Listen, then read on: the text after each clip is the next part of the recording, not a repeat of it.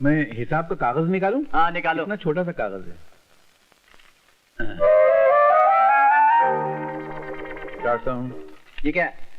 हिसाब का कागज है। हिसाब का कागज? इतना लंबा? हाँ, तो जिनके हिसाब वसूल करने गया था उनकी जिंदगी की कहानी स्क्रीन प्ले और डायलॉग दोनों के साथ में लिख के लाया हूँ। मुझे डायलॉग वालॉग नहीं, हिसाब चाहिए, हिसाब। अच्छा लिखो, सुंदरलाल 800 रुपए। 800 रुपए।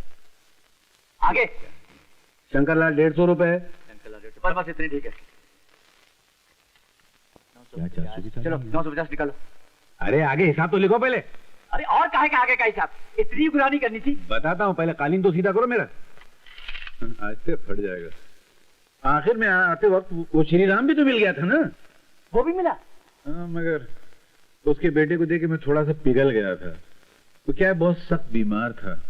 ऐसे लगा जैसे जिंदगी की आखिरी सांसें ले रहा हो। वो घर का इकलौता चिराग है, तो मैंने उस चिराग को बुझने से बचा लिया। क्या मतलब?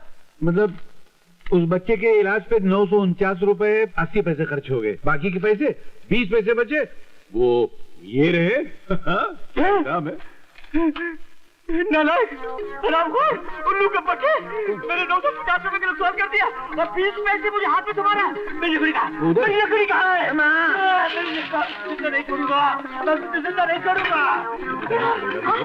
दरवाजा खोल, मैं कहता हूँ। अरे प्यारे दरवाजा खोल, खोल दो दरवाजा। कहाँ छुपोगे? कहाँ छुपू? खोल दो नहीं तो जान से मार दूंगा। खोल। पिताजी आई, एक मिनट। गिर गया वो। क्या हो रहा? अरे सोने दीजिए ना उसे। नहीं, हमारे यहाँ ससुराल में दामाद का बेटी के साथ सोने का रिवाज नहीं है। तो फिर किसके साथ सोने का रिवाज है? ससुर के साथ सोने का। हट, मैं की हट। अबे चलो, अभी मैं कहता हूँ चलो। मेरा नींद आ रही। अबे उठता है कि नहीं उठता? मैं सो चुका हूँ। अबे उठ, मैं कहता हूँ। अरे उठता हूँ, क्या कचरा उठा के बाहर फेंक रहे हो क्या? चल। एक मिनट, ये मंगलसूत्र आने दो। चल।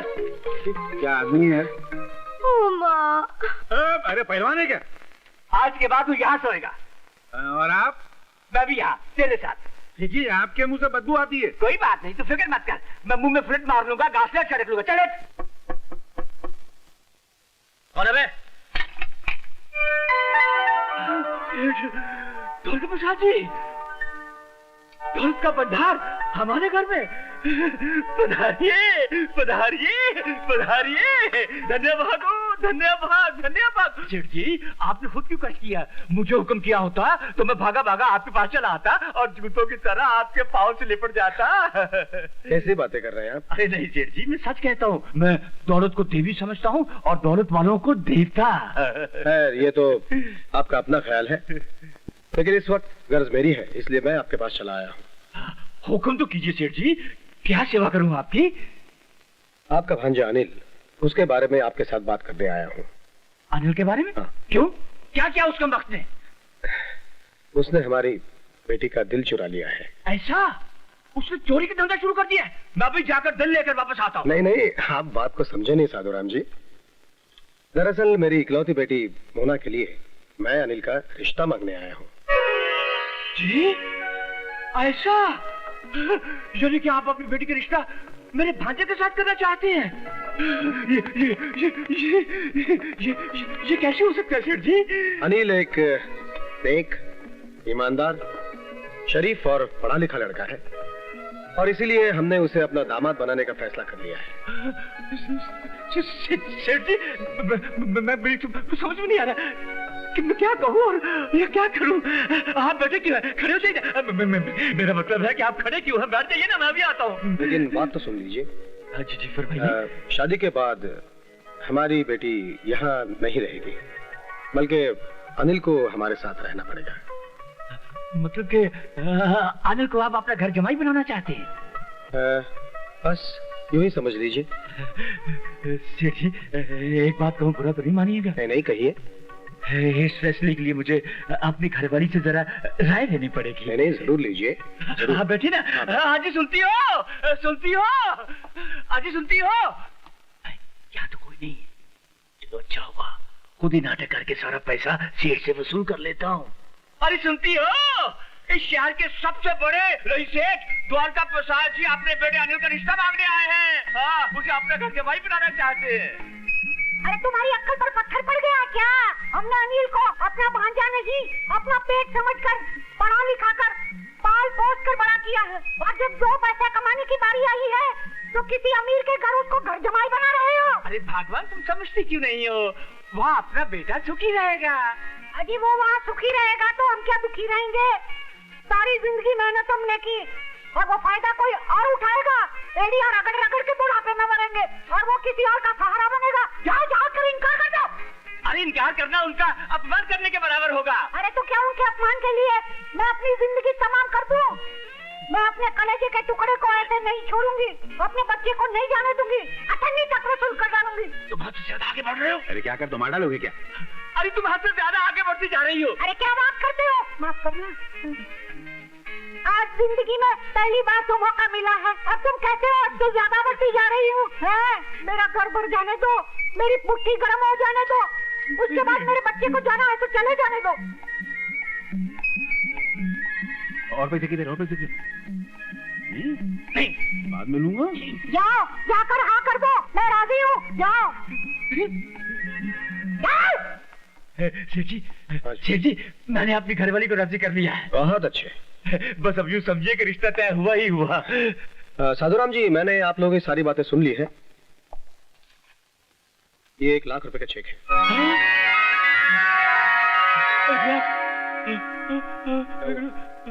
क्या हुआ? क्या हुआ साधुराम जी, क्या हुआ? जी कुछ नहीं, बस बेटा दिल और घर से जुदा हो रहा था, उसी काम में बस चक्कर आ गया। अरे जी, आनंद बेटा भी आ गया। नमस्ते। अरे नमस्ते से काम नहीं चलेगा बेटा। सेठ जी के पांव छूकर इनका आशीर्वाद लो। ये अपनी बेटी का रिश्ता तुम्हारे लिए लेकर आए हैं और हमने उसे मंजूर कर लिया है। चलो पांव छुओ। नहीं बेटे, जीते रहो, जीते रहो। साधुराम जी, मैं चलता हूँ। नमस्ते। हाँ बेटा, सेठ जी को बाहर छोड़ कर आओ। बेटे बैठो तुम, मैं चला जाऊंगा।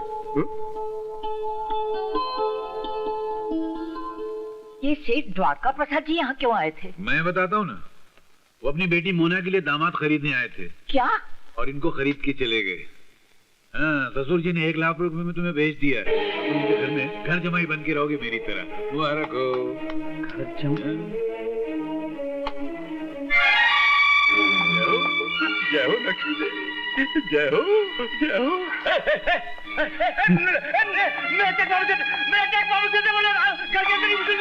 डैडी बताइए ना, कौन सी खुशखबरी है? मैं तुम्हारा रिश्ता अनिल के साथ पक्का करके आया हूँ। क्या? ये रहा आपका चेक।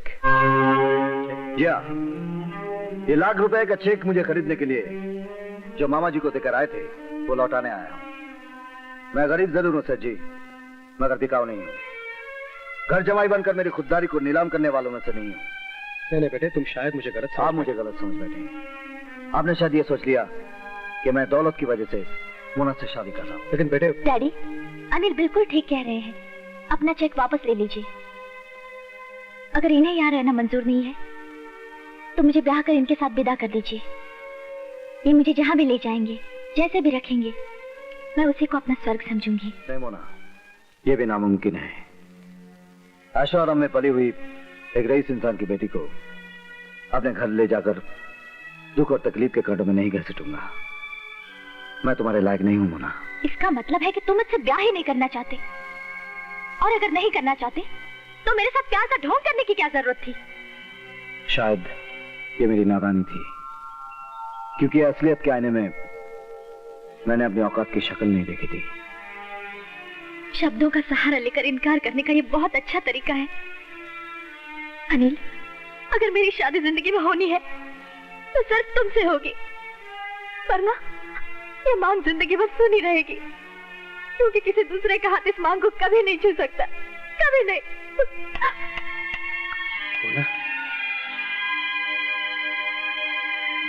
सजी, सजी, सजी, सजी, गोली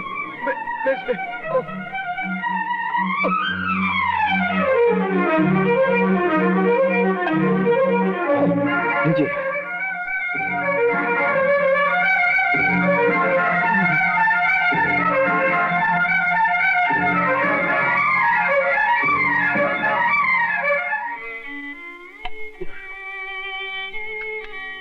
क्या हुआ सच्ची? कुछ नहीं। इससे पहले 2 बार दिल के दौरे पड़ चुके हैं। सज्जीत, अगर मेरे कारण आपको तकलीफ पहुंची है तो क्षमा मांगता हूं। नहीं बेटे, इसमें तुम्हारा कोई कसूर नहीं। अगर कसूर है तो मेरी किस्मत का है कि भगवान ने मुझे बेटा नहीं दिया। बेटे, मैं दिखने में ऐसा हूं लेकिन अंदर से मैं बिल्कुल खोखला हो चुका हूं। मेरा करोड़ों का कारोबार है, कारखानों में हजारों लोग काम करते हैं, लेकिन असलियत यह है कि मेरे अपने ही लोग मुझे धोखा देकर मुझे नोच नोच कर खाते जा रहे हैं, जानता हूं। और इस बीमारी की वजह से इन सारी जिम्मेदारियों को संभालने की अब मुझ में ताकत नहीं है बेटे। जिस दिन पहली बार मैंने तुम्हें देखा तो ऐसा लगा कि तुम्हारी शक्ल में भगवान ने मेरे पास मेरा बेटा ही भिजवाया है, मेरे हर दुख को मिटाने वाला, मेरे सारे कारोबार को संभालने वाला। मगर बेटे, अगर ये मेरी दौलत तुम्हारे और मोना के प्यार के बीच दीवार बनकर खड़ी है तो मैं मेरी ये सारी दौलत दान देकर उस दीवार को गिरा दूंगा।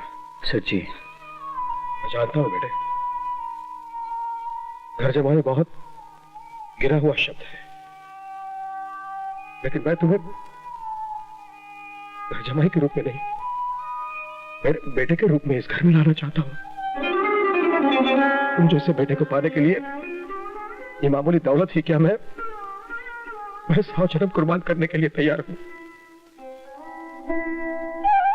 आज आपने मुझे खरीद लिया।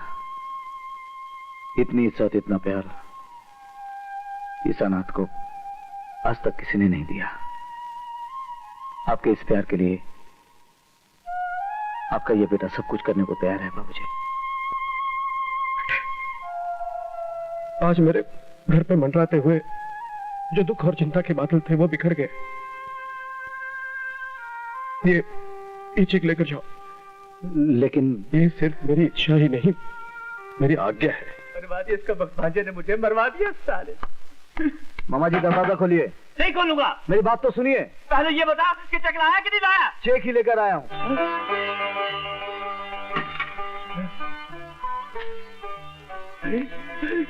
जय हो लक्ष्मण, जय हो जय हो। क्या ये?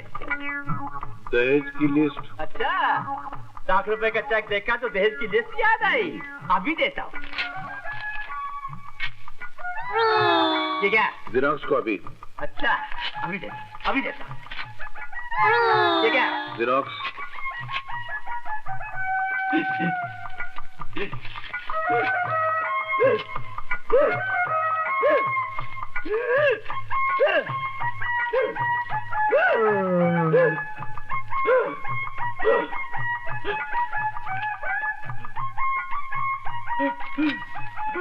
और कितने हैं? अंदर के कमरे में इतने सारे भरे हुए हैं। उन सब के लिए पैसे कहाँ से आ रहे हैं? वो अंदर कितने बड़े बड़े तांबे के पतीले थे ना आपके कमरे में, वो मैंने सब बेच डाले।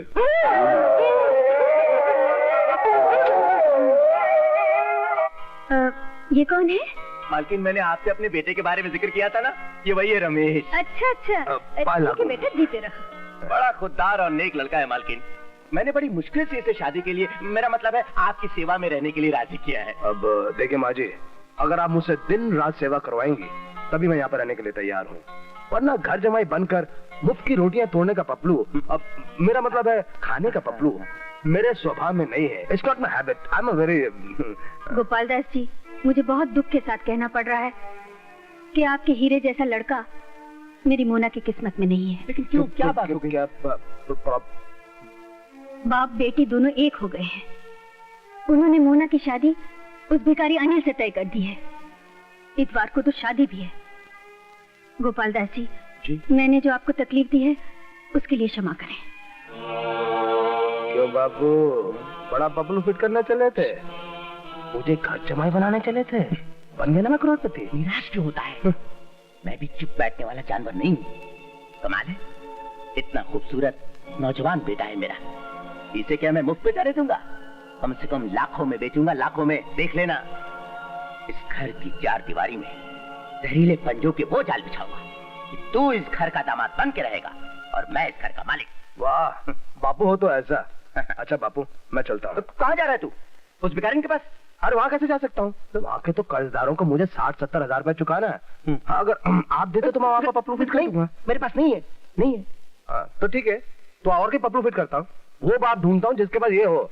कंगाल। देख देख देख, तू कहीं भी जा, लेकिन टेलीफोन से कनेक्शन बनाए रखना। मैं तेरा यहाँ पपलू फिट करता हूँ।